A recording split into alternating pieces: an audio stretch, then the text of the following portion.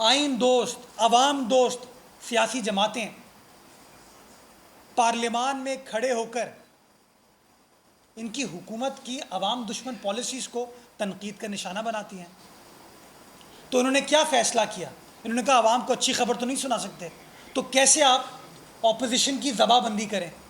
تو پاکستان کی تاریخ میں پہلی بار آپ کو نظر آیا کہ سٹنگ گورنمنٹ نے بجٹ کے اوپر احتجاج کیا ہے. 73 سالہ تاریخ میں 2002 سے اسمبلیاں ریسٹور ہوئی پاکستان میں، یہ چوتھی اسمبلی چل رہی ہے. آپ کو اس کی مثال نہیں ملے گی کہ حکومتی اراکین وزراء پارلیمان کے ماحول کو خراب کر رہے ہوں، ڈیسک بجا رہے ہوں. کیوں؟ کیونکہ وہ سن نہیں سکتے تھے کہ اپوزیشن کے اراکین کیا بات کریں گے. کیوں؟ کیونکہ ان کے پاس ان سوالات کا جواب نہیں تھا. تو انہوں نے کہا ٹھیک ہے جی، پارلیمان کے ماحول کو خراب کریں. آپ نے دیکھا بلاول بھٹو زرداری صاحب نے بحیثیت پاکستان کی اپوزیشن جماعتوں کے لیڈر کے floor of the National Assembly جب بات کی تو عوام کے ایشوز کی بات کی، عمران خان صاحب کی وعدہ خلافیوں کی بات کی. یہ بتایا کہ خان صاحب آپ نے اپنا کوئی وعدہ پورا نہیں کیا. ایک ہی چیز پچھلے 3 سالوں میں بہتر ہوئی ہے، جو کہ آپ کے کاغذات بتاتے ہیں. اکنامک سروے آف پاکستان بتاتا ہے کہ پچھلے 1 سال میں پاکستان میں گدھوں کی آبادی میں اضافہ ہوا ہے. یہ حقائق ہیں جو کہ آپ کے اپنے دستاویزات شو کرتے ہیں. تو اگر بلاول بھٹو زرداری صاحب یہ کہہ رہے ہیں تو غلط تو نہیں کہہ رہے.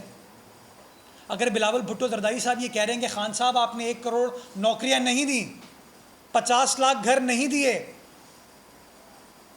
آپ نے IMF جانے کو ترجیح دی، خودکشی نہیں کی، کسی عوامی ایشو کے اوپر آپ نے کوئی پالیسی نہیں بنائی، تو بلاول صاحب صحیح بات کر رہے ہیں نا.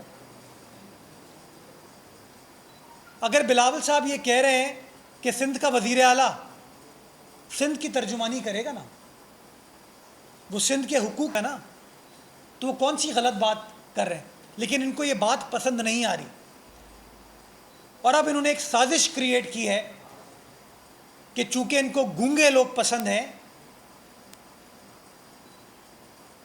ان کو عثمان بوزدار پسند ہے جو کہ خاموش رہتا ہے، محمود خان صاحب پسند ہیں جو کہ خاموش رہتے ہیں، ان کو مراد علی شاہ اس لیے پسند نہیں ہے کہ مراد علی شاہ صاحب سندھ کی عوام کی ترجمانی کر رہے ہیں. اور کن ایشوز کے اوپر ترجمانی کر رہے ہیں؟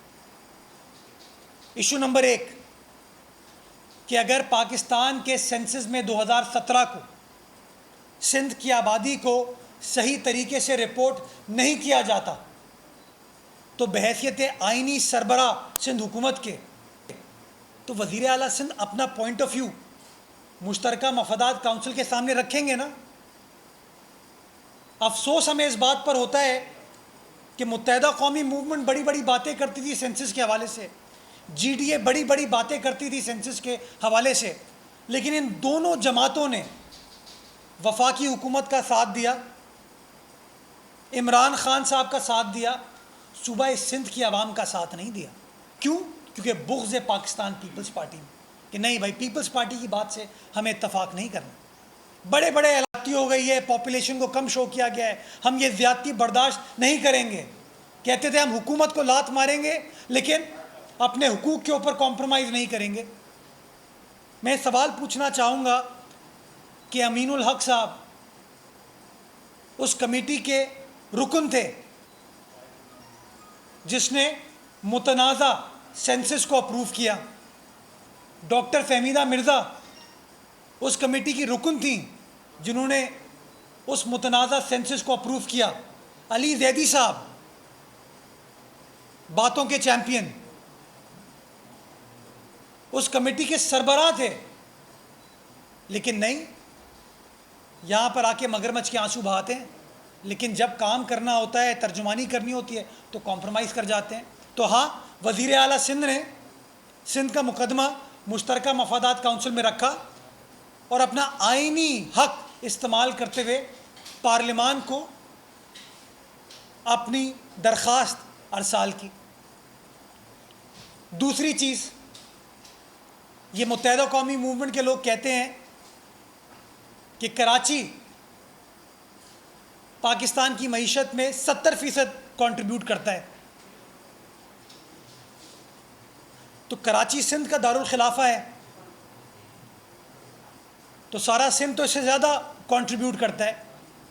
لیکن جب آپ پی ایس ڈی پی پر نظر ڈالتے ہیں، public sector development port folio وفاقی حکومت کا، تو اس کے اندر آپ کو خیبر پختونخوا، بلوچستان، پنجاب کی صوبائی حکومتوں کی اسکیمیں نظر آتی ہیں. ان صوبوں کی بہت ساری آپ کو اسکیمیں نظر آتی ہیں، لیکن وہ صوبہ جو پاکستان کی معیشت کو چلاتا ہے، اس صوبے کی کوئی اسکیم نظر نہیں آتی.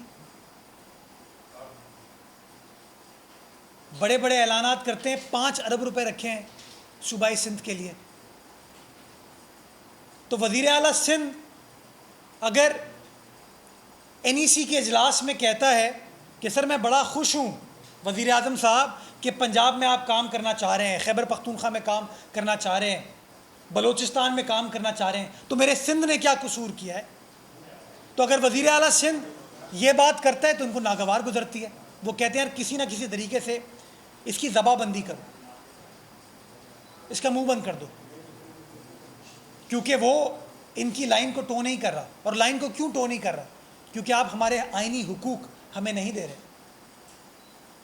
ہم خوش ہوں گے کہ جس طرح پاکستان کا آئین آرٹیکل 156 میں یہ کہتا ہے کہ جو پبلک سیکٹر ڈیولپمنٹ ہے وہ ریشنل طریقے سے، فیئر طریقے سے، ایکوٹیبل طریقے سے ڈسٹریبیوٹ کی جائے گی. تو یہ تو نہیں ہو سکتا کہ صوبہ سندھ کو آپ اگنور کریں اور باقی صوبوں کو ترجیح دیں. ہم تو کہیں گے جس طرح آپ باقی صوبوں کو ترجیح دے رہے ہیں اسی طریقے سے ہمارے صوبے کو ترجیح دیں.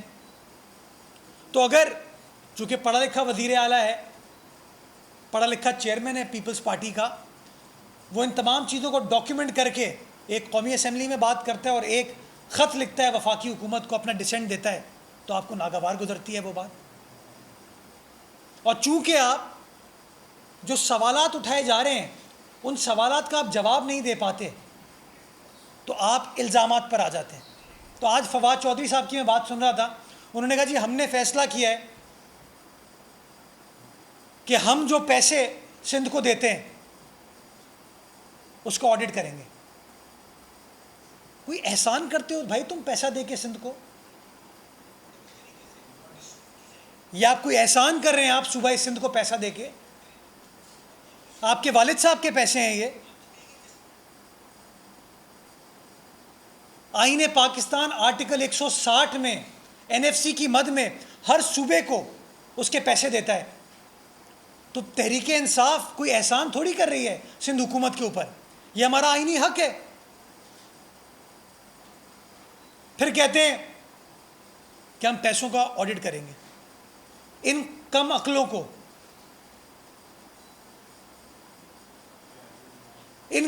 کو یہ نہیں پتا کہ آڈٹ کرنا وفاق کی ذمہ داری ہے، اور ہر صوبے کے فنڈز کو auditor general of Pakistan audit کرتا ہے. Auditor general of Pakistan Sindh حکومت کے ماتحت کام نہیں کرتا، پیپلز پارٹی کے ماتحت کام نہیں کرتا، وہ وفاقی نمائندہ ہے، وفاق کے ماتحت کام کرتا ہے. اور ہر سال ہر صوبائی حکومت کے فنڈز کو آڈٹ کیا جاتا ہے. اب ان کو پتہ ہی نہیں ہے، لیکن بس بیان بازی کرنی ہے، باتیں کرنی ہیں. موصوف کہتے ہیں کہ آرٹیکل 140A کا نفاذ ہونا چاہیے صوبائی سندھ میں.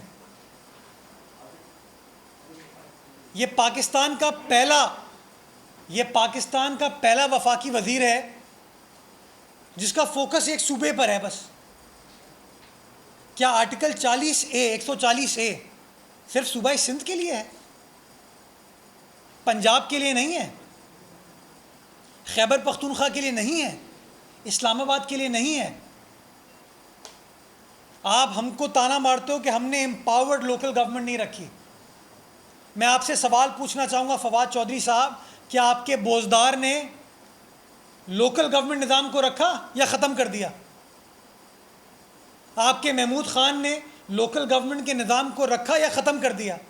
آپ کے عمران خان نے اسلام آباد میں لوکل گورنمنٹ کے نظام کو رکھا یا ختم کر دیا؟ آپ ہمیں کہہ رہے ہیں کہ ہمارا نظام امپاورڈ نہیں ہے. ہم نے نظام کو چلنے تو دیا, ہم نے وسائل پرووائڈ کیے. اب وہ متحدہ قومی موومنٹ کا میئر نہ مانے, اس پہ ہمارے اعتراضات ہو سکتے, تنقید ہو سکتی ہے, ہم بات چیت کر سکتے ہیں, لیکن اس بات کا تو آپ اعتراف کریں کہ اگر مقامی حکومتوں کا نظام پورے پاکستان میں کہیں چلا تو وہ پاکستان پیپلز پارٹی کی سندھ حکومت کے تحت صوبہ سندھ میں چلا. ہم نے اس بات پہ اعتراض نہیں کیا کہ کراچی کا جو بلدیاتی نظام ہے وہ متحدہ قومی موومنٹ کے حوالے ہے. آپ نے اعتراض کیا کہ لاہور کا بلدیاتی نظام نون لیگ کے پاس ہے. آپ نے اعتراض کیا کہ اسلام آباد کا بلدیاتی نظام نون لیگ کے پاس ہے. تو آپ نے اس نظام کو چلتا کر دیا. بات کرتے ہیں 140A کی. میں سوال پوچھنا چاہوں گا 140A کی. آج کراچی سراپا احتجاج ہے. یہ جو بلڈنگیں گرنے کا فیصلہ سپریم کورٹ کر رہی ہے, ان بلڈنگز کو کمرشلائز کرنے کا فیصلہ کس زمانے میں ہوا تھا؟ یہ جو سڑکوں کو کمرشلائز کیا گیا تھا کراچی شہر میں, یہ 2003 میں کیا گیا, اور اس زمانے میں ایک بڑی امپاورڈ لوکل گورنمنٹ تھی. نعمت اللہ صاحب کراچی کے سٹی ناظم تھے, اللہ بخشے ان کو.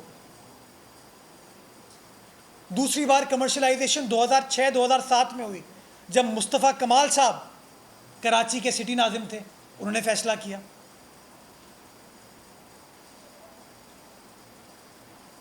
کمرشلائزیشن ہو گئی 2003-2004 میں, بلڈنگیں بن گئی. اس کمرشلائزیشن کو عدالتوں میں چیلنج کیا گیا.